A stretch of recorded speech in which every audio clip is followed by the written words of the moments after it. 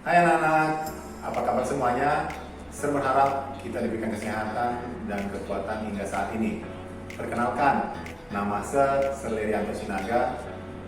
Saya akan mengampu materi PPKN kelas 12 IPA dan IPS di tahun 2021 hingga 2022. Oke, untuk tidak memperpanjang waktu, kita langsung saja masuk ke materi kita bab pertama, yaitu mengenai kasus-kasus pelanggaran hak dan pengingkaran kewajiban warga negara dalam kehidupan berbangsa dan bernegara. Baiklah anak-anak, kita masuk pada materi bab 1, kasus-kasus pelanggaran hak dan pengingkaran kewajiban warga dalam kehidupan berbangsa dan bernegara. Pada hakikatnya, setiap warga negara memiliki hak dan kewajiban dalam dirinya yang sudah melekat sejak lahir. Lalu, apa yang dimaksud dengan hak dan kewajiban? Secara umum, hak adalah segala sesuatu yang harus didapatkan oleh setiap orang. Dan kewajiban adalah sesuatu yang wajib dilaksanakan. Menurut Profesor Dr. Noto Nagoro, makna hak dan kewajiban yaitu hak adalah kuasa untuk menerima atau melakukan sesuatu yang semestinya diterima oleh pihak tertentu dan tidak dapat diterima oleh pihak lain manapun juga. Kewajiban adalah beban untuk memberikan sesuatu yang semestinya dibiarkan atau diberikan melalui pihak tertentu, tidak dapat oleh pihak lain manapun. Adapun contoh hak warga negara yang telah ditetapkan dalam Undang-Undang 1945, menurut pasal 28 adalah hak warga negara dan penduduk untuk berserikat, berkumpul, mengeluarkan pikiran dengan lisan maupun tulisan. Adapun pembahasan mengenai hak tersebut terdapat pada pasal 27 sampai 34. Nah, salah satunya ada contoh hak hidup. Ya. Contoh-contoh hak hidup yaitu setiap orang berhak hidup, mempertahankan hidup dan meningkatkan taraf hidupnya. Setiap orang berhak hidup tentram, aman, damai, bahagia. Setiap warga negara berhak memeluk agama sesuai kepercayaan masing-masing. Dan setiap orang berhak atas lingkungan hidup baik dan sehat. Lanjut lagi, hak berkeluarga dan melanjutkan keturunan. Contohnya, setiap orang berhak membentuk suatu keluarga dan melanjutkan keturunan melalui perkawinan yang sah. Perkawinan yang sah hanya dapat berlangsung atas kehendak bebas calon suami dan calon istri yang bersangkutan, sesuai dengan peraturan perundang-undangan. Lanjut lagi, hak mengembangkan diri. Contoh-contohnya, setiap orang berhak berkomunikasi dan memperoleh informasi yang diperlukan. Setiap orang berhak mencari, memperoleh, memiliki, dan menyimpan, mengolah, dan menyampaikan informasi menggunakan segala jenis sarana yang tersedia. Lanjut lagi, hak memperoleh keadilan. Ya, contoh-contoh hak memperoleh keadilan: setiap orang yang ditangkap, ditahan, dan dituntut karena disangka melakukan suatu tindakan pidana berhak dianggap tidak bersalah sampai dibuktikan kesalahannya secara sah dalam suatu sidang pengadilan dan diberikan segala jaminan hukum yang diperlukan untuk membelanya sesuai dengan peraturan perundang-undangan. Setiap orang tidak boleh dituntut untuk dihukum atau dijatuhkan pidana kecuali berdasarkan suatu peraturan perundang-undangan yang sudah ada sebelum tindak pidana itu dilakukan. Lanjut lagi, hak atas kebebasan pribadi. Contohnya, tidak seorang pun boleh diperbudak atau diperhamba. Setiap orang bebas untuk memilih dan mempunyai keyakinan politik. Negara menjamin kemerdekaan setiap orang untuk memeluk agamanya masing-masing dan beribadah menurut agamanya masing-masing. Setiap orang berhak berkumpul, bermusyawarah, berserikat untuk maksud-maksud yang damai. Lanjut lagi, hak atas rasa aman. Ya, contoh-contohnya, setiap orang berhak mencari suaka untuk memperoleh perlindungan politik dari negara lain. Hak sebagaimana dimaksud tidak berlaku bagi mereka yang melakukan kejahatan non-politik atau perbuatan yang bertentangan dengan tujuan dan prinsip Perserikatan Bangsa-Bangsa. Setiap orang berhak atas pengakuan di depan hukum sebagai manusia pribadi dimanapun ia berada. Ada lagi hak atas kesejahteraan. Setiap orang mempunyai hak milik baik sendiri maupun bersama-sama dengan orang lain demi mengembangkan diri, keluarga, bangsa, dan masyarakat tanpa melanggar hukum. Tidak seorang pun boleh merampas milik seseorang dengan sewenang-wenang secara melawan hukum. Setiap orang berhak dengan bebas memilih pekerjaan yang sukainya dan berhak pula syarat-syarat ketenaga kerjaan yang adil. Dan setiap orang, baik pria maupun wanita, dalam melakukan pekerjaan yang sepadan dengan martabat kemanusiaan yang berhak atas upah yang adil sesuai dengan prestasinya dan dapat menjamin kelangsungan hidup keluarganya. Lanjut lagi, hak turut serta dalam pemerintahan. Setiap warga negara berhak dipilih dan memilih dalam pemilihan umum berdasarkan persamaan hak melalui pemungutan suara langsung, umum, bebas, rahasia, jujur, dan adil. Setiap warga negara berhak turut serta dalam pemerintahan dengan langsung atau dengan perantara wakil yang dipilihnya dengan bebas. Dan contoh selanjutnya, setiap warga negara dapat diangkat dalam setiap jabatan pemerintahan. Lanjut, hak wanita. Contoh-contohnya, wanita berhak memilih, dipilih, diangkat dalam pekerjaan dan jabatan profesi sesuai dengan persyaratan dan peraturan perundang-undangan. Wanita berhak mendapatkan perlindungan khusus pelaksanaan pekerjaan. Hak khusus yang melekat pada diri wanita disebabkan fungsi reproduksinya dijamin dan dilindungi oleh hukum. Oke, lanjut lagi. Hak atas anak. Ya, contoh-contoh hak anak tersebut. Setiap anak berhak atas perlindungan orang tuanya, keluarga, masyarakat, dan negara.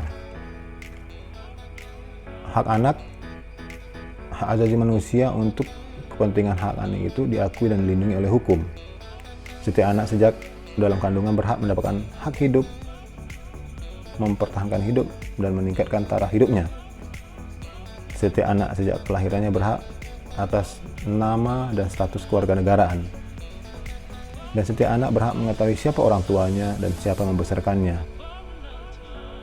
Dan setiap anak berhak dibesarkan, dipelihara, dirawat, dididik, diarah, dan dibimbing oleh orang tua dan walinya. Oke, kita lanjut lagi. Contoh-contoh kewajiban warga negara menurut Undang-Undang Dasar 1945.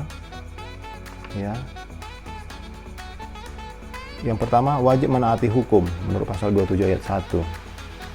Dalam penjelasannya, ya, segala warga negara bersama kedudukannya di dalam hukum dan pemerintahan wajib menjunjung hukum dan pemerintahan itu tidak ada kecualinya. Jadi tidak memandang baik kaya ataupun miskin. Jadi baik orang kaya, miskin, warna kulitnya putih maupun hitam itu tetap sama di mata hukum, di mata pemerintah, tanpa ada membeda-bedakan.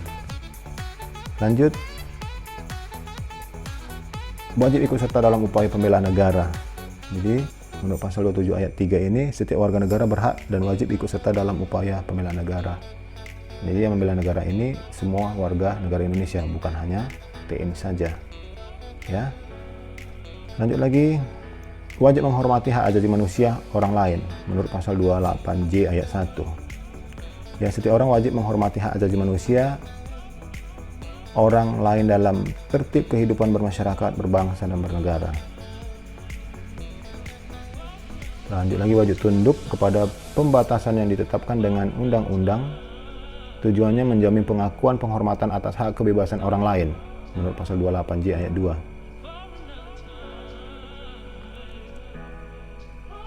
Wajib ikut serta dalam usaha pertahanan keamanan negara pasal 30 ayat 1. Jadi tiap-tiap warga negara berhak wajib ikut serta dalam usaha pertahanan dan keamanan negara. Jadi kita sebagai warga negara harus bisa mempertahankan dan menjaga keamanan negara ini dari bangsa asing atau orang-orang yang ingin merusak kesatuan negara kita. Kita lanjut lagi mengenai substansi hak dan kewajiban warga negara dalam Pancasila. Nah, mengenai substansi tersebut, ya, konsep hak dan kewajiban warga negara yang berlaku di Indonesia adalah penjabaran dari Pancasila. Seperti yang kita ketahui bahwa Pancasila merupakan ideologi negara Indonesia yang mengembangkan nilai-nilai kemanusiaan. Substansi hak dan kewajiban warga negara Indonesia ini pada dasarnya telah tertuang dalam Pancasila yang disemangati oleh sila-sila dalam Pancasila. Nah, adapun contoh sikap positif penegakan hak dan kewajiban warga negara ini menurut sila Pancasila, yang pertama ketuhanan Yang Maha Esa, bisa anak-anak lihat di slide saya, ya. Pertama itu contohnya dalam sila pertama yaitu ketuhanan Yang Maha Esa, hormat, menghormati dan bekerja sama antar umat beragama sehingga terbinanya kerukunan hidup. Saling menghormati kebebasan beribadah sesuai dengan agama dan kepercayaan masing-masing. Ya. Tidak memaksakan suatu agama dan kepercayaan pada orang lain. Artinya kita tidak memaksakan orang lain itu mengikuti kepercayaan kita. Ya, yang artinya agama kita atau agamaku ya agamaku, agamamu ya agamamu. Kita percaya menurut agama masing-masing, jangan ada pemaksaan. Lanjut lagi, contoh-contoh sikap positifnya menurut sila Pancasila kemanusiaan dalam beradab atau sila kedua, mengakui persamaan derajat hak dan kewajiban antar sesama manusia, saling mencintai sesama manusia, tenggang rasa kepada orang lain, tidak semena-mena kepada orang lain, tidak sesuka hati kita, menjunjung tinggi nilai kemanusiaan, berani membela kebenaran keadilan, hormat, menghormati, dan bekerja sama dengan bangsa lain. Ya. Lanjut lagi, menurut sila Pancasila sila ketiga Persatuan Indonesia, contoh sikap positifnya menempatkan persatuan-kesatuan, kepentingan dan keselamatan bangsa dan negara di atas kepentingan pribadi atau golongan. Rela berkorban untuk kepentingan bangsa dan negara. Cinta tanah air dan bangsa. Bangga sebagai bangsa Indonesia. Dan memajukan pergaulan demi persatuan kesatuan bangsa yang Bhinneka Tunggal Ika. Menurut sila Pancasila yang keempat, yaitu kerakyatan yang dipimpin oleh hikmah kebijaksanaan dalam permusyawaratan perwakilan. Contoh sikap positifnya, mengutamakan kepentingan negara dan masyarakat, tidak memaksakan kehendak kepada orang lain, mengutamakan musyawarah dalam mengambil keputusan untuk kepentingan bersama, dan menerima dan melaksanakan setiap keputusan musyawarah. Paham ya? Oke, kita lanjut lagi. Sila Pancasila yang kelima, keadilan sosial bagi seluruh rakyat Indonesia. Contoh sikap positifnya, untuk menegakkan hak kewajiban tersebut adalah menjaga keseimbangan antara hak dan kewajiban, menghormati hak-hak orang lain, suka memberikan pertolongan pada orang lain, menjauhi sikap pemerasan kepada orang lain, terus menjauhi sifat boros dan gaya hidup mewah, dan rela bekerja keras. Oke, serasa dari penjelasan yang telah saya jelaskan tadi, saya berharap dapat dipahami.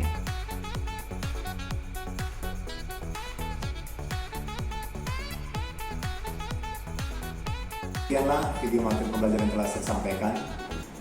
Saya berharap materi tersebut dapat dimengerti oleh anak-anak. Bagi anak-anak yang masih kurang paham, boleh langsung dihubungi Sir. Dan juga mengenai tugas, tolong dikerjakan karena sudah Sir upload di Edmodo. Terima kasih.